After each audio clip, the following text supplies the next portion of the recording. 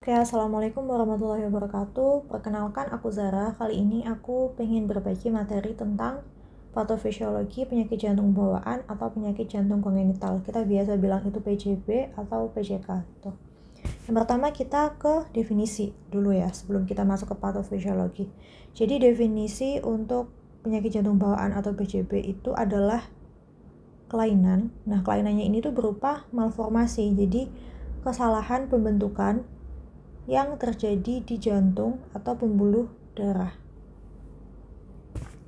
Nah, jadi PJB ini walaupun namanya penyakit jantung, dia kelainannya atau malformasinya itu tidak hanya terjadi di jantung, tapi juga terjadi di pembuluh darah. Tuh. Nah, selanjutnya untuk etiologi atau sebab. Nah, etiologi atau sebab terjadinya PJB itu adalah embryogenesis yang salah di usia janin 3-8 minggu. Jadi, saat usia janin 3-8 minggu, itu pembentukan sistem kardiovaskular janin itu lagi masif-masifnya gitu. Jadi, ketika ada gangguan pada ibu maupun pada janin saat usia janin 3-8 minggu, itu kemungkinan akan berpengaruh ke pembentukan sistem kardiovaskuler dari janinnya itu sendiri. Nah, gangguannya itu bisa seperti apa aja? Yang pertama itu bisa karena infeksi gitu. Ibunya yang terkena infeksi rubella kemudian mengganggu perkembangan janin ketika usia 3-8 minggu. Sehingga nanti akan berefek ke gangguan perkembangan dari sistem kardiovaskular janin itu sendiri. Selanjutnya adalah teratogen atau zat penyebab cacat. Ketika ibu itu terpapar atau mengkonsumsi zat penyebab cacat, itu juga bisa mengganggu perkembangan janin. Apalagi kalau misalnya terpapar itu di usia 3-8 minggu, biasanya akan mengganggu pembentukan atau formasi dari sistem kardiovaskular janinnya. Kemudian yang ketiga, ketika ibu terkena diabetes maternal. Dan yang keempat itu dari faktor janinnya, jadi bukan ibunya. Janinnya itu ada kelainan genetik, misalnya tadi trisomi 13, 15, 18, dan 21 gitu. Nah, ini selanjutnya anomali pada PJK atau PJB ini bisa dikelompokkan jadi 3. Dia dikelompokkan berdasarkan gambaran klinisnya gitu. Yang pertama itu malformasi jantung yang menyebabkan left to right shunt. Yang kedua itu malformasi jantung yang menyebabkan right to left shunt. Nah, nanti kita akan bahas tentang definisi shunt selanjutnya. Yang ketiga ini malformasi yang menyebabkan obstruksi pembuluh darah di jantung. Jadi ada 3 gambaran klinis dari penyakit jantung bawaan. Itu ada left to right shunt, right to left shunt, sama obstruksi pembuluh darah jantung gitu. Nah, jadi kita akan bahas tentang shunt nih. Apa itu shunt gitu. Nah, jadi shunt ini adalah hubungan yang abnormal antara 2 atau lebih rongga jantung atau pembuluh darah.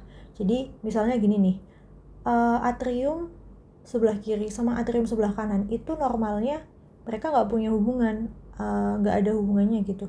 Karena kalau misalnya ada hubungan, nanti malah darah dari rongga jantung sebelah kanan sama rongga jantung sebelah kiri akan tercampur.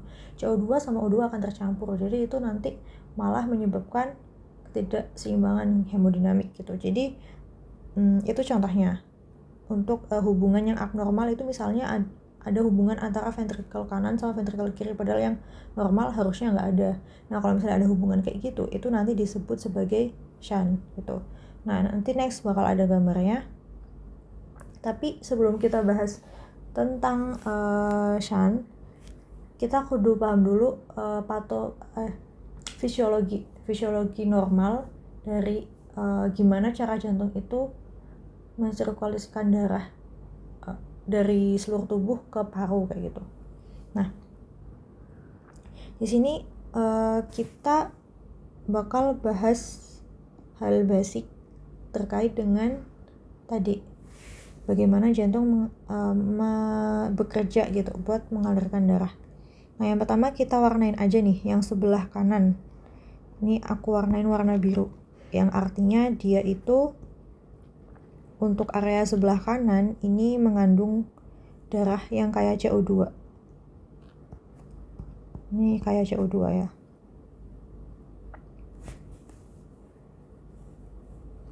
Nah, selanjutnya yang sebelah kiri aku warnain warna merah.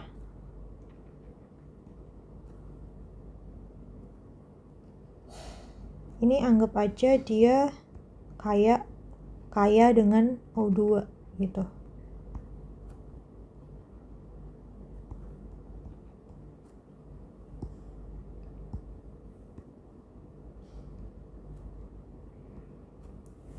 Nah, mekanisme pertama, ini anggap aja ini tubuh ya. Ini tubuh gitu. Nah, mekanisme pertama ini adalah darah dari seluruh tubuh itu akan masuk ke jantung nih, melalui atrium sebelah kanan. Nah, di sini ada pembuluh darah yang masuk, yang nerima darah dari seluruh tubuh ke jantung. Pembuluh darah ini namanya vena cava. Yang namanya vena cava. Nah, vena cava ini tugasnya adalah menerima darah kaya CO2 atau karbon dioksida dari seluruh tubuh ke jantung gitu kan. Nah, nanti ketika darah kaya CO2 ini masuk vena cava, kemudian ke atrium kanan, ini akan dialirkan ke ventrikel kanan. Nah, dari ventrikel kanan, darah kaya CO2 ini bakal dialirkan ke paru melalui pembuluh darah namanya arteri pulmonalis ini. Nah, nanti ini di paru ya. Di paru-paru ini nanti darah kaya CO2 akan ditukarkan dengan O2 gitu. Jadi ketika dari paru kemudian balik ke jantung, ini lewat sini nih, dari paru terus balik ke jantung, lewat sini, itu darahnya udah mengandung O2 gitu, karena udah ditukar di paru-paru tadi. Nah, darah dari paru-paru ke jantung itu masuk, darah yang kaya O2 ya, dari paru-paru ke jantung itu masuk melalui arteri pulmo. Jadi di sini ada yang namanya arteri pulmo.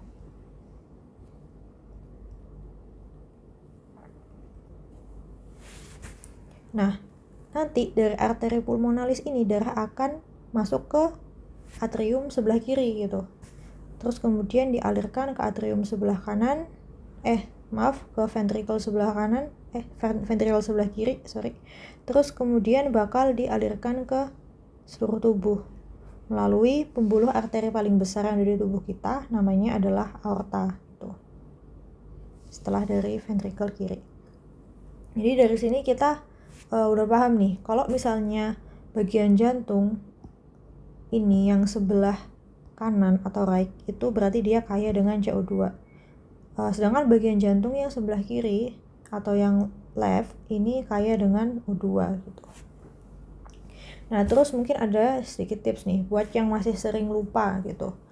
Untuk pembuluh darah yang berperan di mekanisme pengaliran darah dari seluruh tubuh ke paru-paru ini. Nah, yang pertama kita kudu ingat kalau misalnya ini aku punya jembatan keledai, mana keluar gitu. Agak absurd sih jembatan keledainya. Nah, untuk ini maksudnya apa? Jadi kalau misalnya masuk, jadi darah masuk ke jantung, itu kan berarti kaya CO2 ya kalau masuk ke jantung. Itu dia melalui yang namanya vena.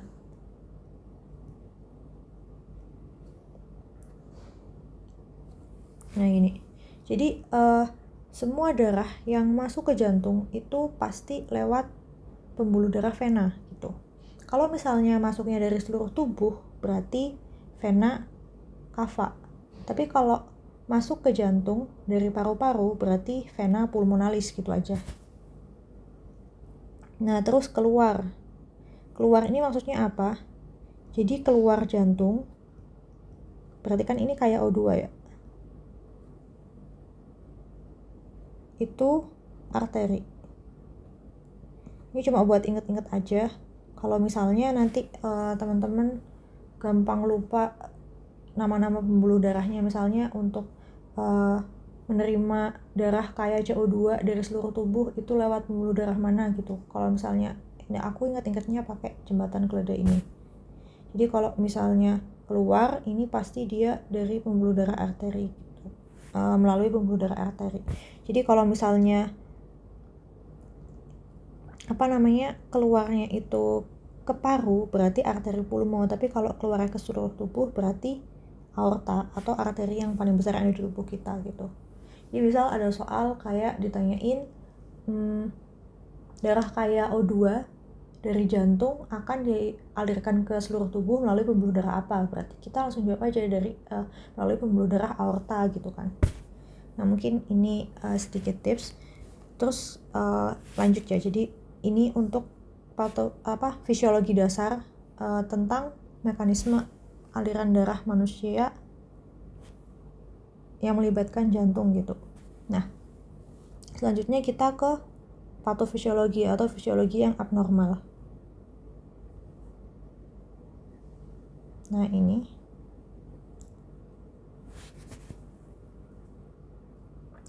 yang pertama kita bakal bahas left to right shunt atau shunt dari kiri ke kanan.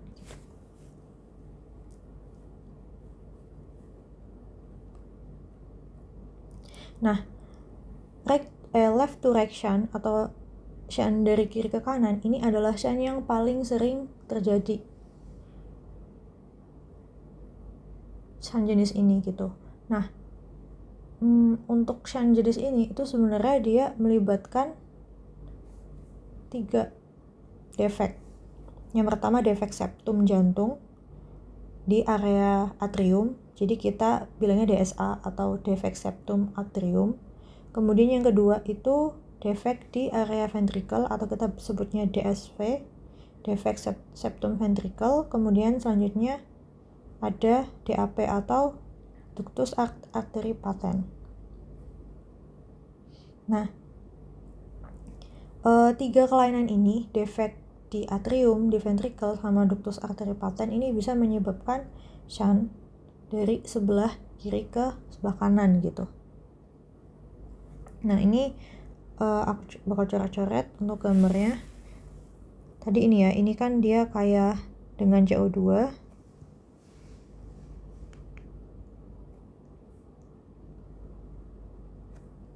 Terus yang sebelah sini kayak dengan O2. Yang sebelah kiri. Nah, yang pertama ini defek septum jantung di area atrium gitu kan. Berarti ini akan ada sebuah shunt atau hubungan abnormal gitu antara bagian yang sebelah kiri dengan yang sebelah kanan. Jadi ini kan yang sebelah kiri kan dia kan kaya dengan O2 ya, sedangkan yang sebelah kanan ini kaya CO2. Kalau misalnya mereka ada shunt atau hubungan abnormal, berarti darah dari yang sebelah kiri ke sebelah kanan ini akan bercampur gitu. Jadi darah yang kaya O2 sama CO2 ini akan bercampur, padahal normalnya itu nggak boleh gitu bercampur. Jadi kalau yang kaya O2 ya terpisah sebelah kiri jantung, yang kaya CO2 ya di sebelah kanan jantung gitu. Nah ini yang untuk DSA. Jadi DSA itu dia ada shunt di sebelah sini nih, di bagian atrium. DSA ini DSA. Nah selanjutnya DSV ini bagian bagian septum di area ventricle gitu. Nah kalau misalnya DSV ini ada shunt atau hubungan abnormal antara ventricle yang sebelah kiri sama ventricle sebelah kanan gitu. Jadi nanti darah yang kaya dengan CO2 di ventricle sebelah kanan dengan darah yang kaya O2 di ventricle sebelah kiri itu akan bercampur. Mereka punya shunt atau hubungan abnormal di area ventricle. Jadi ini adalah DSV. Selanjutnya adalah ductus arteri patent atau DAP. Nah untuk DAP ini karena namanya ductus arteri, jadi dia itu nanti ada hubungan abnormal nih antara arteri pulmo sama aorta. Ini kan sebenarnya normalnya nggak ada hubungan ya. Jadi nanti ini darah yang kaya CO2 di arteri pulmo sama darah yang kaya O2 di aorta itu akan bercampur gitu. Nah ini untuk DAP. gambarannya kurang lebih seperti ini.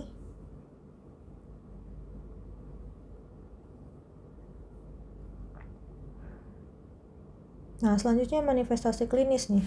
Manifestasi klinis dari shunt left to right ini adalah hipertensi pulmonal sama cyanosis. Cyanosis ini awalnya disebabkan oleh right to left shunt. Oke, jadi gini. Ya. Nah, jadi untuk manifestasi klinis ini sebenarnya dia itu karena tadi kan ada sebentar, mana ini? Ya. Ada shunt di sebelah sini. Ini berarti DAP. Kemudian ada shunt juga sebelah sini. Kok DAP? Sorry. DSA. Kemudian ada shunt di sebelah sini. Ini DSV sama shunt di sebelah sini. Ini DAP. Nah, jadi ini kan darah yang kayak O2 nih di sebelah kiri. Terus kemudian di sebelah kanan ini kaya dengan CO2.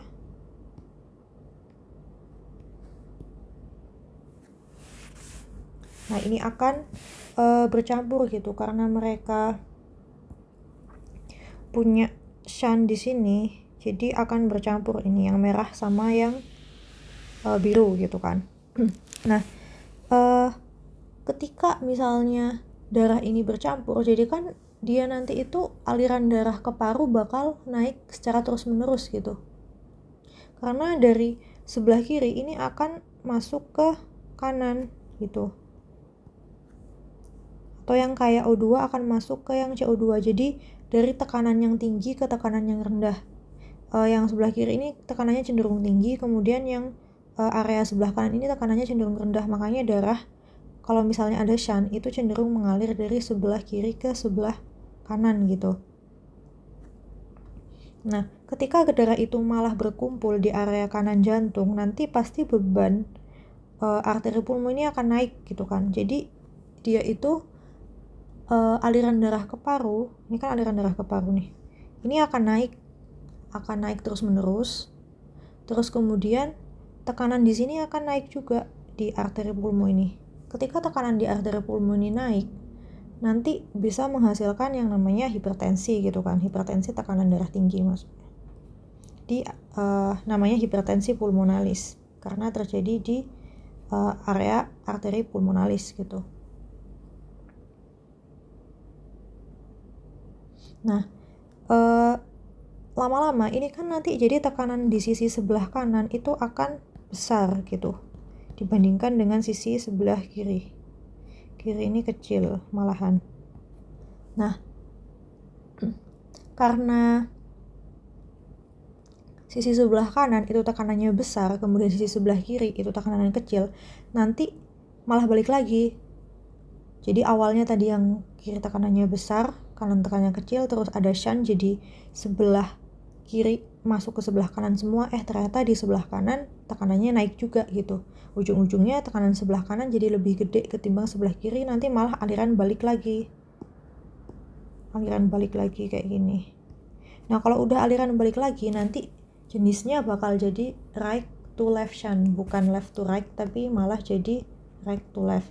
Nanti ini dia bisa menyebabkan cyanosis. Kenapa? Karena right to left itu kan berarti sebelah kanan ini kaya dengan CO2 kan. Nanti kalau misalnya dia bercampur sama bagian sebelah kiri yang tadi ada O2-nya, itu malah sebelah kiri ini jadi ketambahan CO2.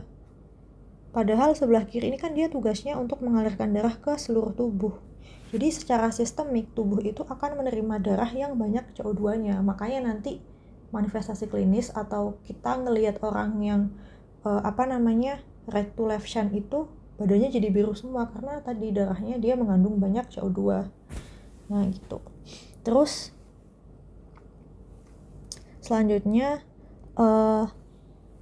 Jadi tadi ini ada dua, ada hipertensi pulmonal, ada right to left shunt yang menyebabkan cyanosis. Jadi left to right ini juga kalau misalnya dia terjadi secara kronis atau lama, itu bisa menyebabkan komplikasi right to left shunt. Tuh. Nah, selanjutnya kita bahas tadi left to right shunt itu jenis pertama ada DSA ya, defect septum atrium. Ini biasanya kalau yang septum atrium ketika terjadi defect itu gagal mengalami perbaikan spontan. Jadi ketika masa anak-anak itu dia gagal mengalami perbaikan, jadi nggak ketutup gitu septum ininya. Shuntnya itu nggak ketutup, jadi sampai dia dewasa orang ini shunt di sebelah sini itu DSA shunt di sebelah sini itu nggak ketutup. Nah tapi walaupun nggak ketutup itu biasanya gejalanya baru ketahuan ketika orang tersebut dewasa. Nah, biasanya untuk manifestasi klinisnya berarti meningkatkan volume di area ventrikel sebelah kanan dan meningkatkan aliran darah ke paru. Nah, karena ini dia ada shunt, jadi kan nanti darah dari sini bakal ngalir ke sini. Terus dia ada dialirkan ke ventrikel sebelah kanan. Nah, nanti karena ini darahnya ngalir terus ke sini, jadi si ventricle ini yang dia itu akan dapat beban gitu. Dia yang paling terbebani dari kejadian ini. Ya makanya dia bisa meningkatkan volume ventrikel kanan, terus meningkatkan aliran darah ke paru-paru karena tadi di sini tekanannya tinggi karena karena volumenya tinggi, jadi nanti aliran darah ke paru-paru juga tinggi.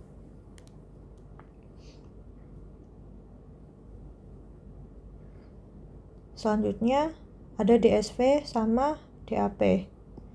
Nah, kalau DSV sama DAP berarti shuntnya ada di sebelah sini dan sebelah sini. Ini DSV, ini DAP. Nah, ini untuk DSV dan DAP itu kejadiannya biasanya dia shuntnya itu cenderung bisa untuk menutup spontan saat masih anak-anak. Nah, tapi walaupun bisa menutup spontan saat masih anak-anak, dia itu perkembangannya lebih progresif ketimbang DSA. Jadi lebih cepat untuk menimbulkan keparahan ketimbang DSA tadi. Makanya karena cepat tadi, jadi dia langsung ke hipertensi pulmonal komplikasinya. Kalau misalnya ada hipertensi pulmonal, berarti arteri pulmo ini tekanannya kan naik ya.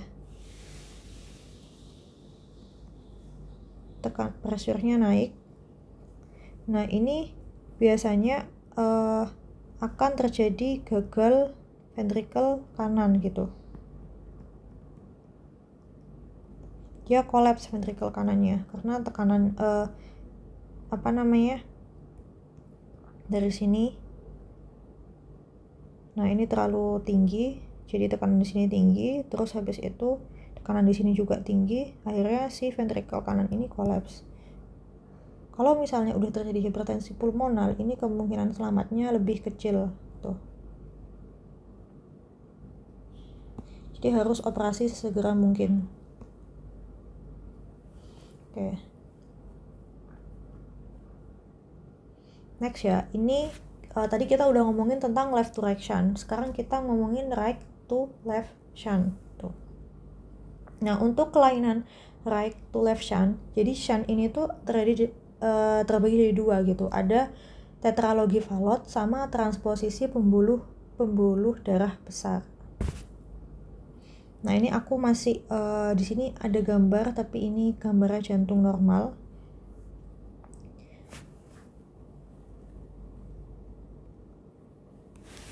Oke. Kita bakal langsung aja ke yang pertama, ke tetralogi Fallot. Nah, sesuai dengan namanya, tetra itu artinya 4. Berarti tetralogi Fallot ini punya 4 jenis kelainan yang kalau misalnya kelainan itu digabung akan menyebabkan ini. Oke. Yang pertama kelainannya itu ada defek di septum ventricle atau DSV. Kemudian ada stenosis pulmonal atau obstruksi. Obstruksi itu hambatan di saluran keluar aliran darah dari ventricle kanan. Itu berarti di arteri pulmonalisnya yang kehambat di sini gitu. Ini stenosis pulmonal di area situ. Nah, selanjutnya ada overreading aorta. Nah, karena overreading aorta itu maksudnya adalah si aorta ini dia itu bebannya tuh naik karena tadi ada DSV.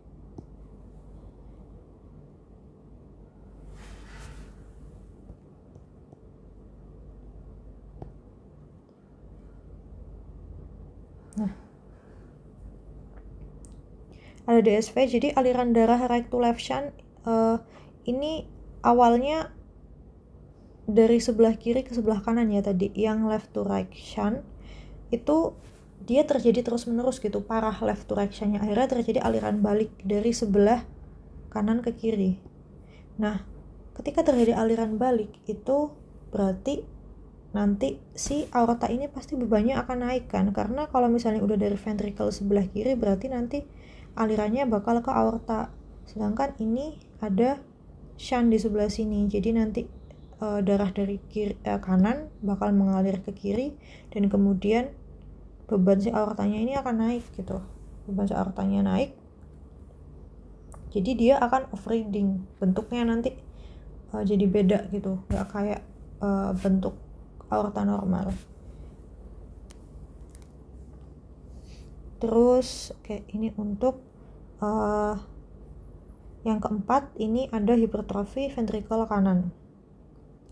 Nah, kenapa ventrikel kanan ini bisa hipertrofi? Itu juga karena tadi di sini ada shunt, ada DSV. Jadi sebenarnya kelainan tetralogi Fallot ini saling berhubungan gitu. Karena ada DSV, dia akan menyebabkan ini overreading aorta sama hipertrofi ventrikel kanan. Nah, keadaan overreading aorta sama hipertrofi ventrikel kanan ini diperparah dengan adanya stenosis pulmonal gitu. Jadi tetralogi Fallot itu 4 gejalanya itu saling berhubungan. Nah, selanjutnya ada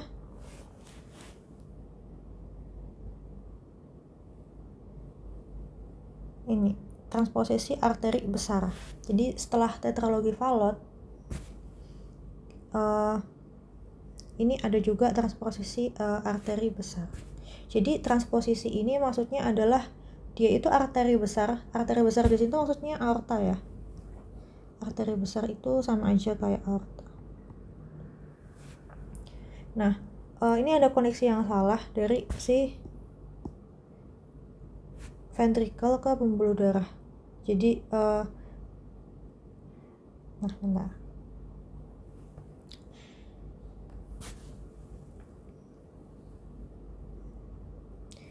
Jadi transposisi ini kan normalnya, ini normal ya.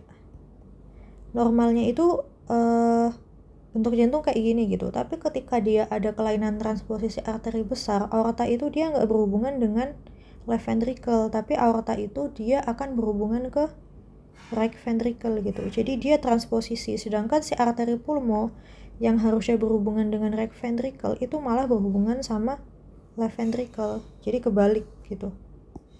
Jadi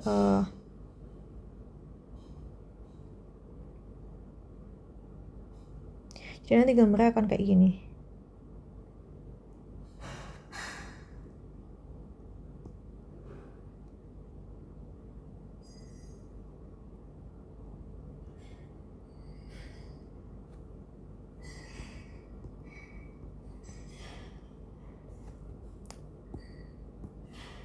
Oke. Ya, semoga paham. Jadi nanti ini arteri pulmo yang normalnya dia berhubungannya sama right ventricle malah ke left ventricle. Terus aorta yang normalnya berhubungan sama left ventricle dia malah ke right ventricle. Jadi kebalik gitu, transposisi.